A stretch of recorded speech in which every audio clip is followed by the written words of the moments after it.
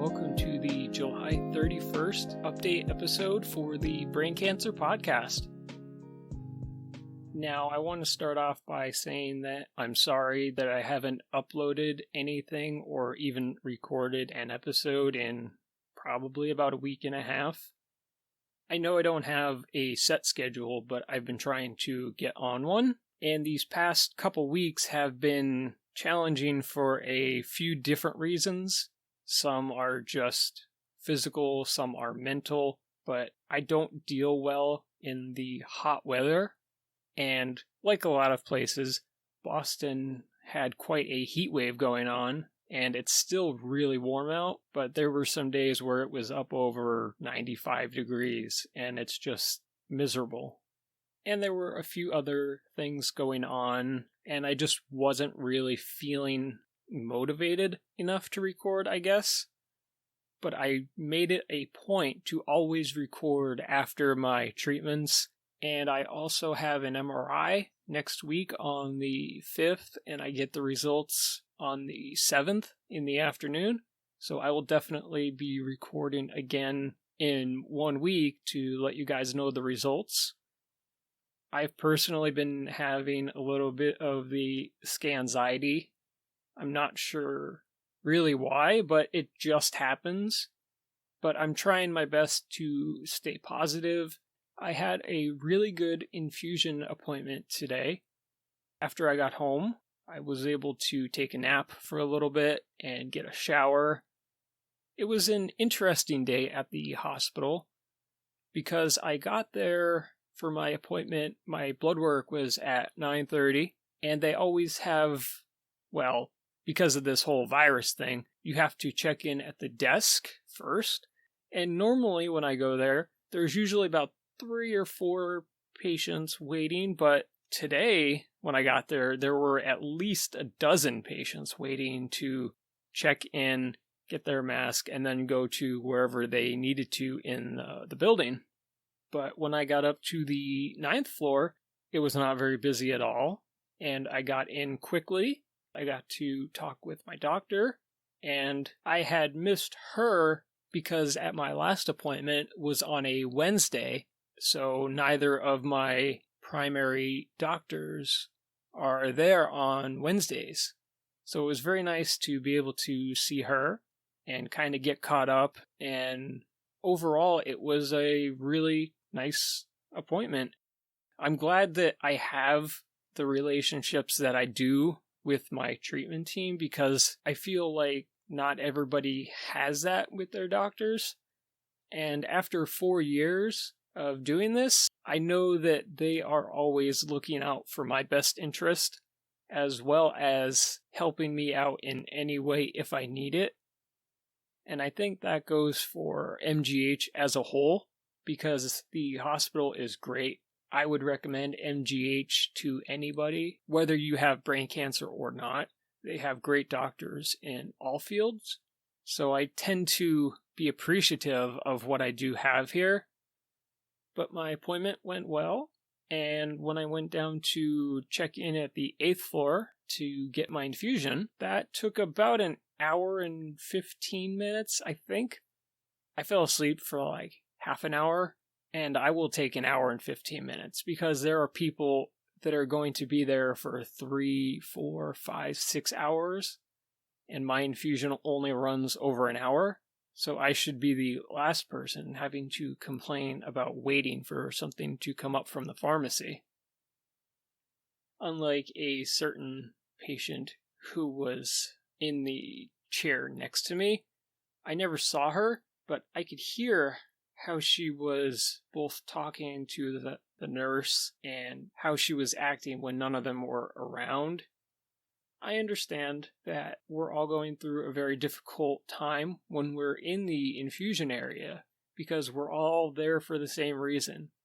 But it's not the nurse's fault if it takes the pharmacy longer to get a drug mixed up or sent up, because in my case they have to mix it down there, so I expect to have to wait an hour to an hour and a half.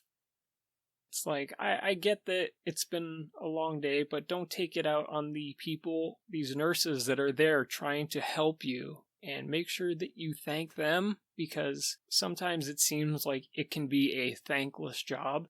And for the amount of work that they have to do, it takes a certain type of person to be able to do that.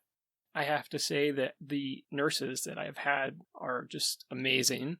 Although today had a good part and a not as good, but still happy part.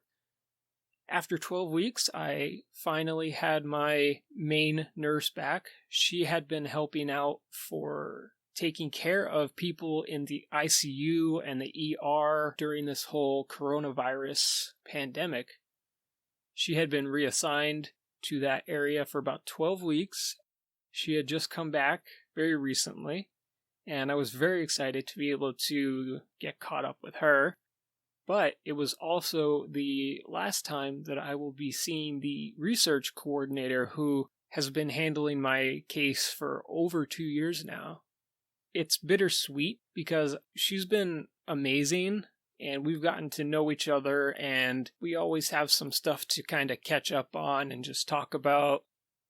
But she's going to continue her education, and she's still going to be in the medical field. So I'm super happy about that, and it's something that she enjoys, and I know that she will be successful in the future with that. But I'm thankful for everything that the entire research team has done for me, and the fact that I've been on this trial drug for almost 4 years now. And I feel lucky to be able to have access to this trial drug, because I think it's really helped me. And if all of the data that they can get from me can also help out somebody else in the future, then that's the whole point. Much like me doing this podcast, I just want to be able to help people out that are in a similar situation as me, and just be able to share the experiences of everybody else. And you can all join me on my journey through this. Now, I didn't mean to ramble on here, but after I got home today, although I had to wake up early, once I got to the hospital, everything went great. And it was great to see some of my favorite people at the hospital. And I left in a really good mood. And I was really excited to be able to record this evening and just get back onto a regular schedule. It was just a difficult 2 weeks. And I know it's never easy, but I try my best to always look on the bright side and stay positive. But sometimes you just need to take a few days and just kind of let your feelings go and take a little break from everything, and you'll come back stronger than ever. So I am going to try and record either Saturday or Sunday, but regardless, I will still be doing an update episode on the 7th. Whether it's good news or bad news, it's news. And I'm much more open, and just being able to talk about it with people in this community, it really helps me. So I know I still have a few pediatric episodes to do, but I also have a couple other ideas for episodes that I'm really interested in doing.